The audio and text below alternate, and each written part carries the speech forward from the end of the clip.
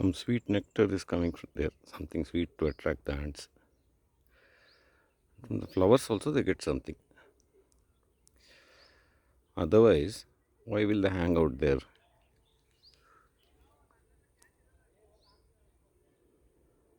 So some symbiotic relationship is there. They protect these are biter ants. So they get rid of insects and then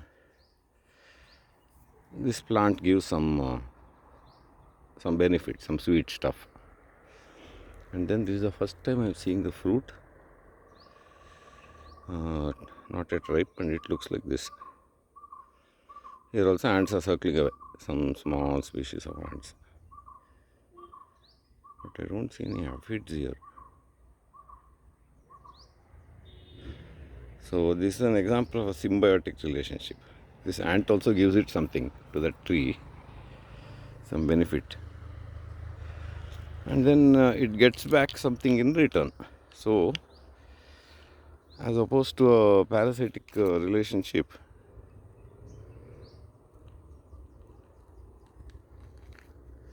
this is symbiotic. It's a mutually beneficial arrangement. The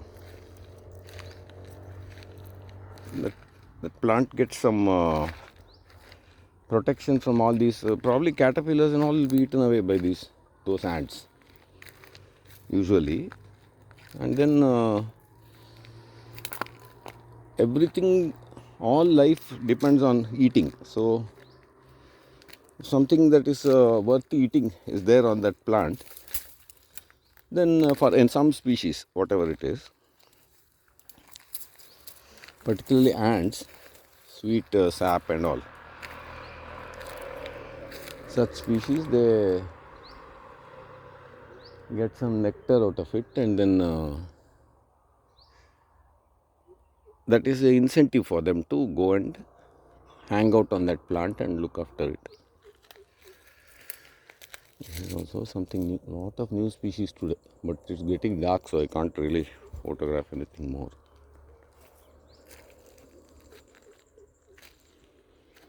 So rocky outcrops are extremely fascinating places, particularly for me. I like to see how these species cope with the harsh location and who are able to survive there. And some species, they are designed to live in this kind of place. Their comfort zone is a location like this, rocks, not much soil. Also this is prone to erosion, so the soil is poor. Moreover, these fellows have set fire to it also numerous times. So some because it's a mango orchard here, somebody's, I don't know whose. Anyway, I have trespassed for the sake of recording something. And did find some nice stuff. Mango orchard. And little plant communities are there around the mango tree itself where they didn't plow it. Because that tractor, which is scraping away all the topsoil so that the place can get fully ruined. Every time they do this, just before the monsoon or the rains will come, all the little particles will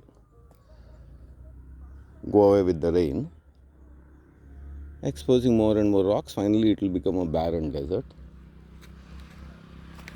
And around the tree, where they haven't, they couldn't take that machine. So some native species have come and coexisting very nicely. In fact, this species I have not seen before, one of the acacia.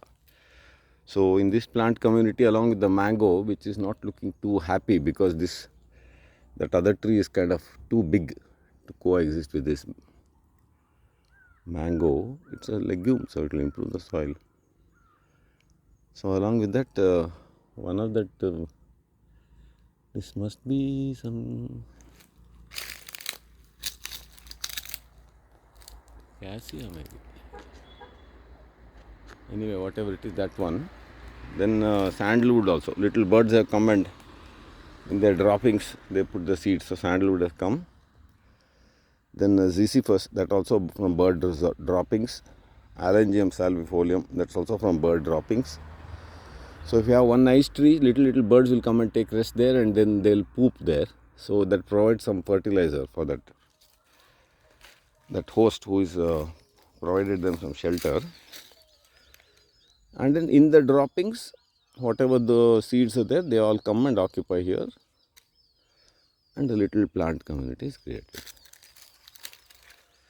What I would do in an orchard like this is I stop this plowing first and then put some ground cover, because the minute you expose any place to direct sunlight,